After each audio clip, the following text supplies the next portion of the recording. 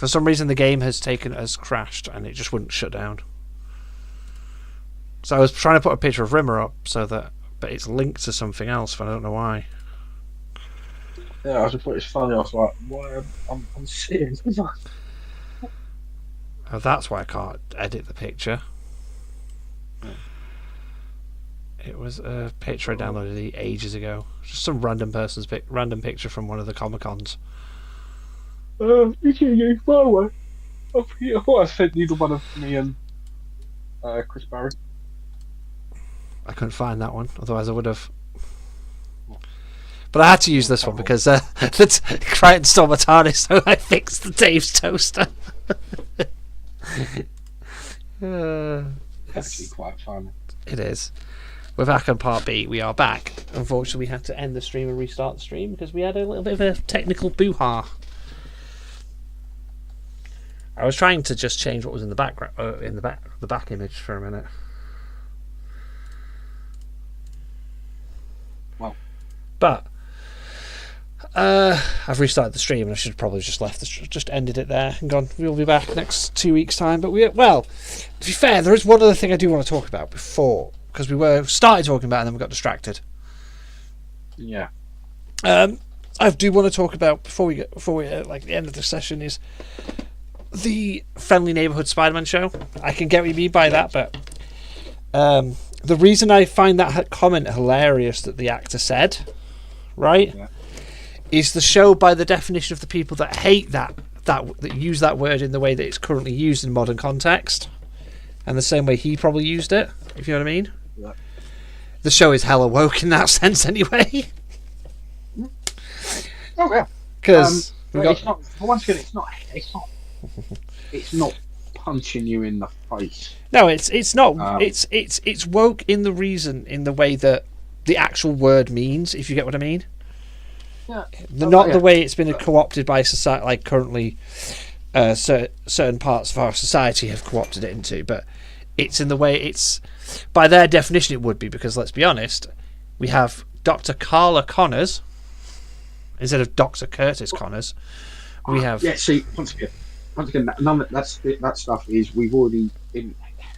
We touched on it earlier ourselves in regards to the actual in regards to what we were doing. At the end of the day, that is the storytelling, and we've already seen female versions of these films, and it is a great way of now denoting you away from 6 months the MCU 616 and the MCU stuff, because we've seen Dr. Carl Connors, Ifan Reese's version in the films. I've got another one. That's fine.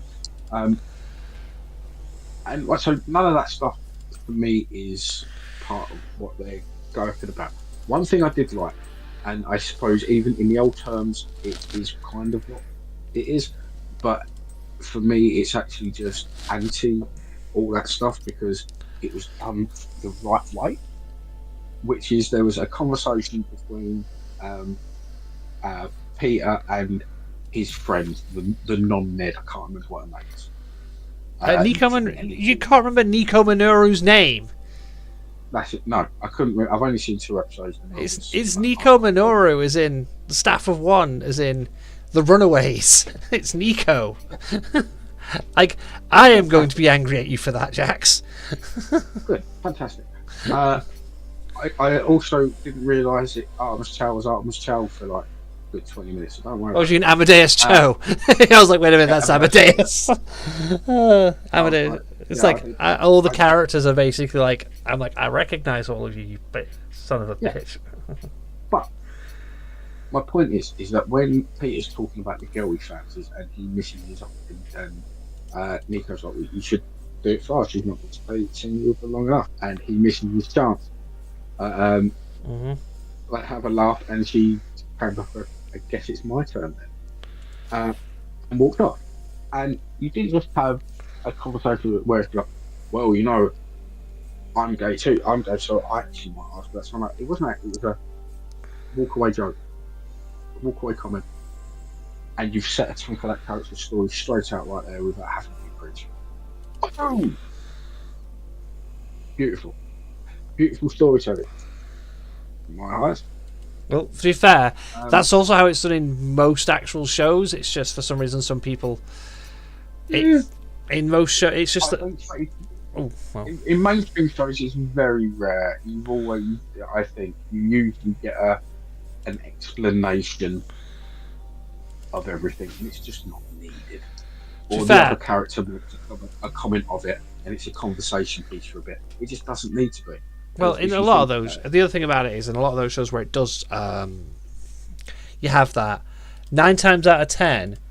If a lot of shows nowadays, I don't notice it as much. I notice it more in shows that are, let's be honest, are a bit older.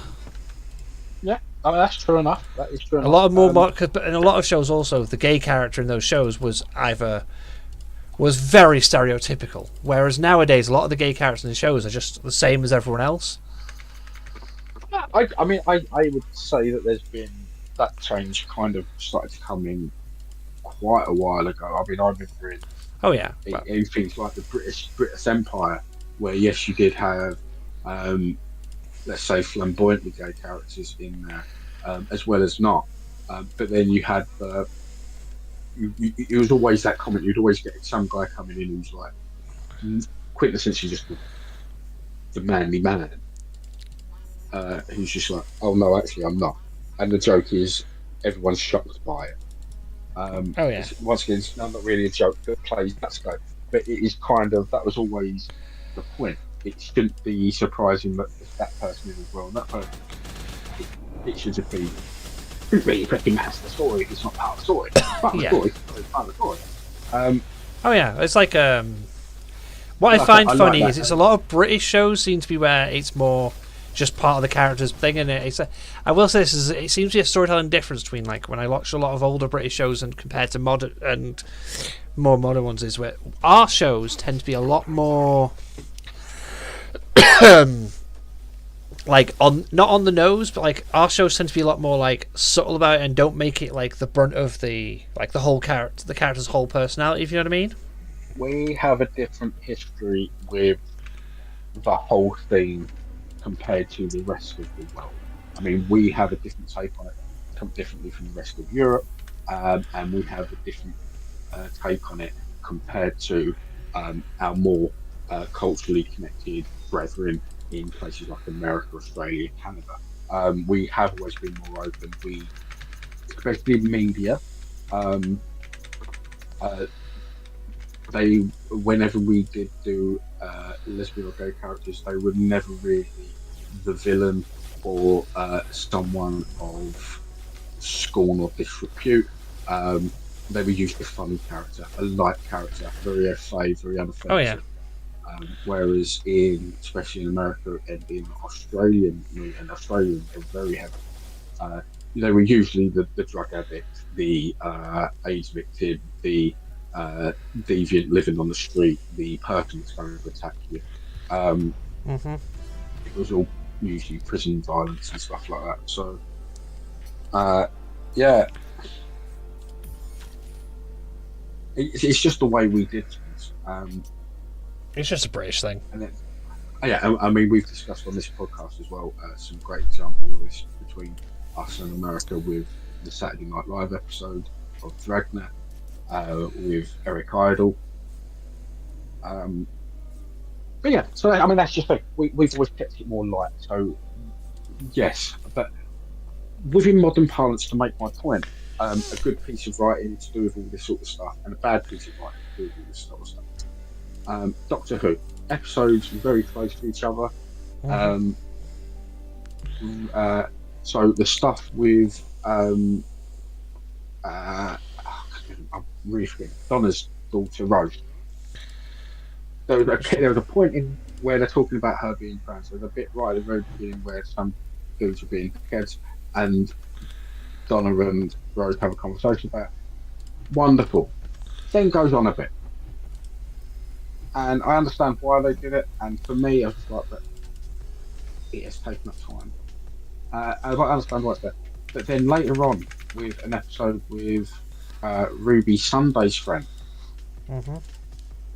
all done in one conversation, small conversation, an off comment, and then you already know that person, and then you go out and have them at a party. It's like, yeah, I get it. I'm smart. I don't have to hear other people talk about other people's prejudices and why they feel personally worried. Like I should feel worried about it because I don't. I just once I know what's going on, go on. Some people are Wow. dickheads. I have to I say know that might this. seem. I have to say this. You should start worrying about it. Start being what? Sorry. You should start worrying about it because you've got to remember, once they're done with us, it'll be the rest of you. It'll be the rest of you that anyone else. Oh no, you know I don't mean it like that. I know, Jack. That's why I'm making the joke. Otherwise, I wouldn't make the joke. Yeah. No. Not some people have them. I think. No. No. Not at all. It's.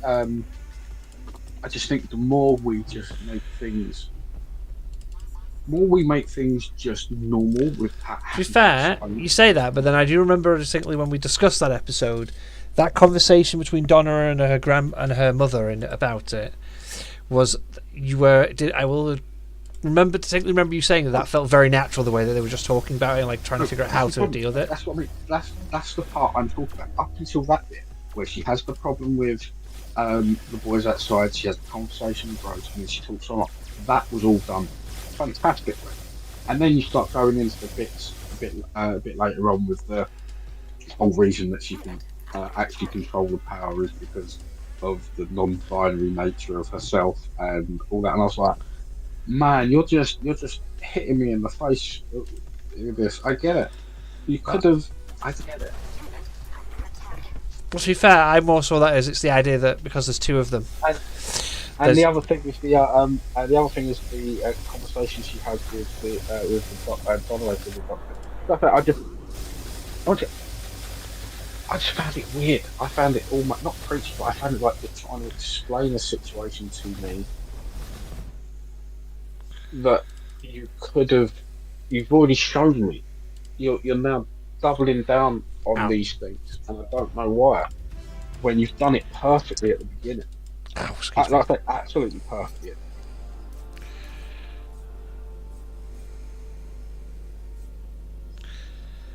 And also, they knew they were bringing the character back. They knew that. We knew that. You can carry the story on. This wasn't a one and done.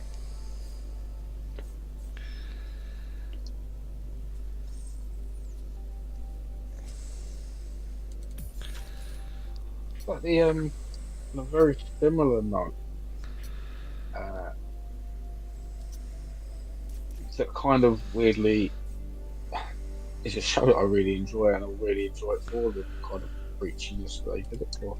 And it's actually a show that no one should really like in its modern context, but it's very good.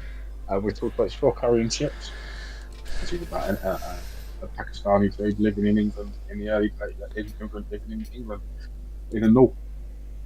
And yeah, actually in that one they do hit you over the head every single episode with a preachy thing about actually some people are dickheads.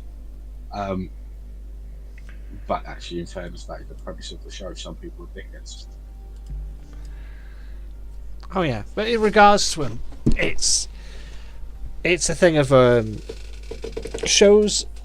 It's also a lot of people go, oh, shows are. Some people try and say, I will say this, try and say, oh, shows are better back then when we didn't have to talk about all these sensibilities. And it's like, it's not that we have to. It's not that we have to. That you can't say anything anymore. It's that people have kind of. Society has moved on, and we've started to realise maybe we should start treating other people just as if they're people. But in terms of like shows, the Friendly Neighborhood Spider-Man, it's like we're getting Nico Minoru, which makes me happy as a fan of Nico Minoru because I love. I would hope she gets her powers in this show. I do not care about this character. Hey, you don't look. It's not my fault that you don't care about Nico. I not come across. I don't think I've majorly come across this character. If I have, completely blanked it from my brain. She's a runaway. She's also in Midnight Suns. Oh.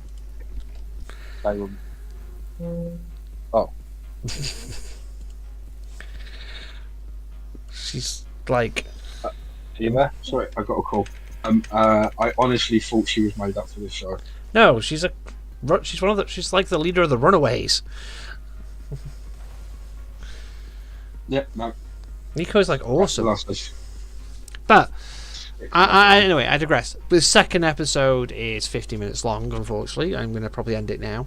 But this was just to finish up the stream. This will go in the podcast bit. This part of the podcast was cut content from the first live stream. It's just unfortunately we had a technical error and the stream ended. I meant to pause the stream. I pressed the wrong button. So it's an accident that we have a 15-minute podcast, which is part B of this podcast. But special event. It's a special event. You got part B.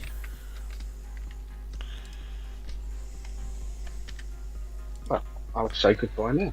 I will say goodbye, and Jax, you can say goodbye. Say goodbye, Jax. I already said goodbye.